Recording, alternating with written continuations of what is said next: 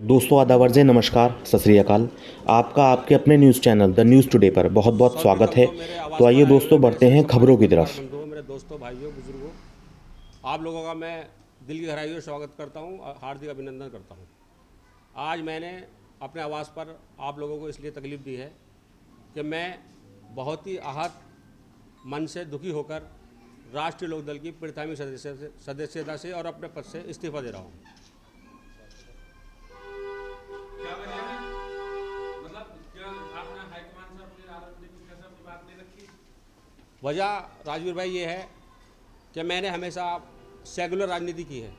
मैंने हमेशा अपनी कौम और सभी समुदाय को साथ लेकर चलने का काम किया है।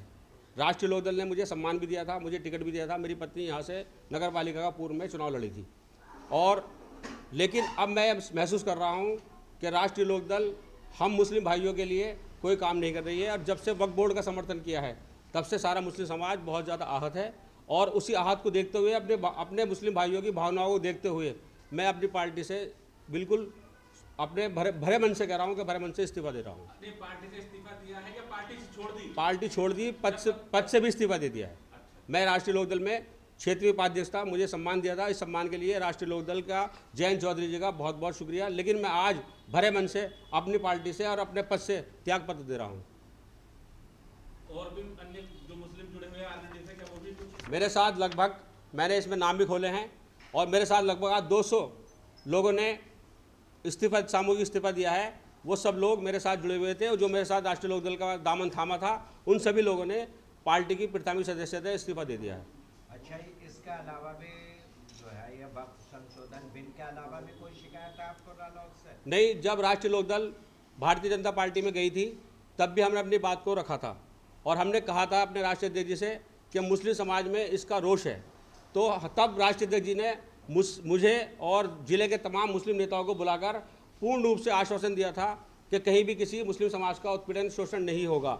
लेकिन जैसा पूर्व में देखा गया है कि संभल के इतना बड़े मामले में भी हमारे राष्ट्रीय अध्यक्ष जी नहीं बोले हैं और कई मामले ऐसे हुए हैं, ईद की नमाज में भी उन्होंने गोलमोल जवाब दिया है। जबकि सब लोग जानते हैं कि राष्ट्रीय लोकदल एक सेकुलर पार्टी के रूप में गिनी जाती है। हर समुदाय, हर वर्गों का वोट राष्ट्रीय अध्यक्ष हमारे जयंत चौधरी जी के पास था।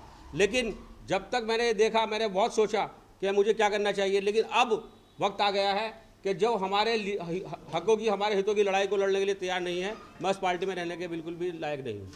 मेरी इच्छा नहीं है। अच्छा, क्या आपको लगता है जो आरएलडी मुखिया जयंत चौधरी हैं, क्या उन्हें लगता है कि अब उन्होंने मुस्लिमों का साथ छोड़ दिया बीजेपी में जाकर?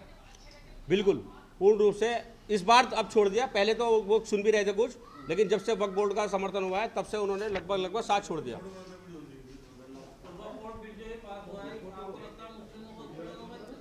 जाहिर सी बात है, आप देखिए तो आप पढ़िए उसको, आप भी पढ़िए और लोगों को भी पढ़वाइए।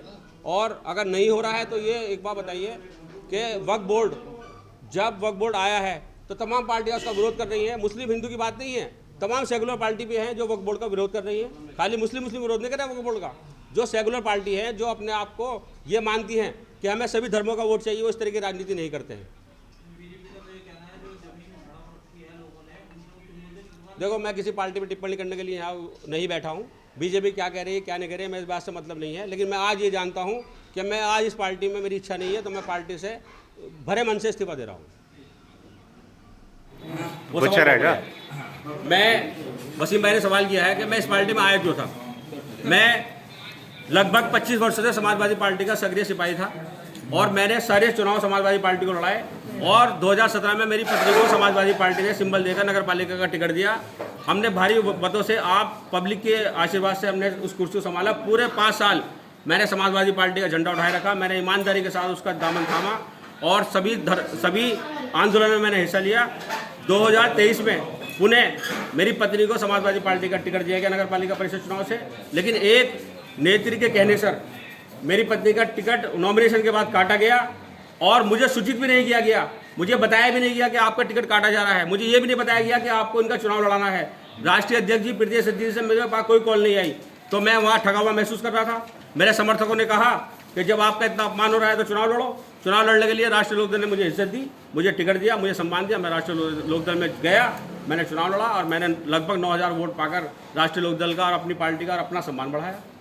नहीं, आप इतने बड़े वरिष्ठ नेता रहे हैं समाजवादी पार्टी का, आपके साथ वाकई नाइंसाफी थी। आपका टिकट काटा गया और रातों रात को आपको एक तरह मिल गई, मगर आप ऐसी पार्टी चूज की जिस पार्टी का इतिहास रहा है कि वो मुसलमानों के तो वोट ले लेते हैं, मगर वो उनकी बिरादरी का मुसलमान कैंडिडेट को नहीं मिलता। वसीम भाई, इतिहास ये रहा है, तो आपने ऐसी पार्टी को चुनी। वसीम भाई, मैं आपकी बात से पूर्ण रूप से सहमत हूँ। राष्ट्रीय लोकदल समाजवादी पार्टी का 2022 में गठबंधन था विधानसभा चुनाव में। मेरा 16 अप्रैल 2023 को मेरी पत्नी को समाजवादी पार्टी का सिंबल मिला। 17 तारीख को मैंने नॉमिनेशन किया और 17 तारीख ही नॉमिनेशन की आखिरी तारीख थी। और जब मेरा टिकट कटा था, मुश्किल से मुश्किल 4 घंटे बाकी रह गए थे। उस समय मैं निर्णय नहीं ले पा रहा था। मेरे राष्ट्रीय लोकदल के लोगों से संबंध थे, क्योंकि समाजवादी पार्टी का उनका गठबंधन था।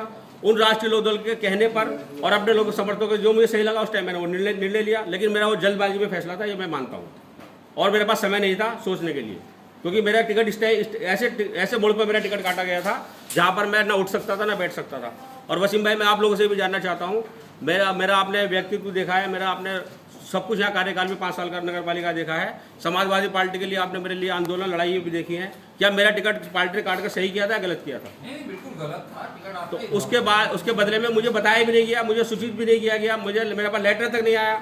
लेकिन मैं ये भी कहना चाहता हूँ कि जो चीज़ें थी वो खत्म हो गई है। पुरानी चीज़ों को मैं भूल कर नए रूप में जा रहा हूँ और अब मैं अपनी जनता के दरबार में जाऊँगा। आप कहाँ जाने का? जनता के दरबार में। मैं जनता के दरबार में जाऊँगा।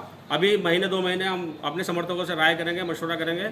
जो भी चीज़ होगी उस चीज़ को फॉलो किया जाएगा और सब लोगों को आपको बता दिया जाएगा। अभी फिलहाल मेरा किसी पार्टी में जाने का कोई मन है नहीं। सपा में भी वापसी? मेरा अभी कोई मन नहीं है। मैं अपने समर्थकों से राय करूँगा और फिलहाल तो मैं जनता की अदालत में जा रहा हूँ। मान लिया अगर समर्थकों ने राय दी सपा में वापसी की, तो क्या बात? मैं जनता की अदालत में जाऊँगा। जनता की अदालत जो तय करेगी मैं उसको मानूंगा। नहीं, आजकल भारी भरकम मुस्लिम नेता आला समाज पार्टी की तरफ जा रहे हैं। उधर वहाँ पर मीरापुर से क्या नाम उनके, जो जिन्हें लोकसभा का टिकट मिला था, अमीर आजम साहब, वो अपने बेटे के साथ उसमें शामिल हो गए हैं। जी, मेरे उनसे अच्छे संबंध है। अमीर आलम जी से मेरे अच्छे संबंध है और उन्होंने मुझे बुलाया भी था, फ़ोन भी किया था। मेरा उनसे पारिवारिक संबंध है। उनके लड़के से मेरी दोस्ती भी है, डॉक्टर साहब से। तो अभी सब चीज़ों पर विचार किया जाएगा। फिलहाल तो मैं पार्टी छोड़ रहा हूँ। मैं किसी पार्टी में जा रहा हूँ ये मुझे भी नहीं पता। अभी मैं अपने लोगों से मशवरा करूँगा तो उसके बाद ही बता पाऊँगा। और दोस्तों, अपने आसपास की शहरी और ग्रामीण क्षेत्र की हर छोटी और बड़ी खबरों को जानने के लिए हमारा चैनल द न्यूज़ टुडे को सब्सक्राइब करें। फिर मिलते हैं अगले बुलेटिन में नई खबरों के साथ। तब तक के लिए आदाब, नमस्कार, सत श्री अकाल।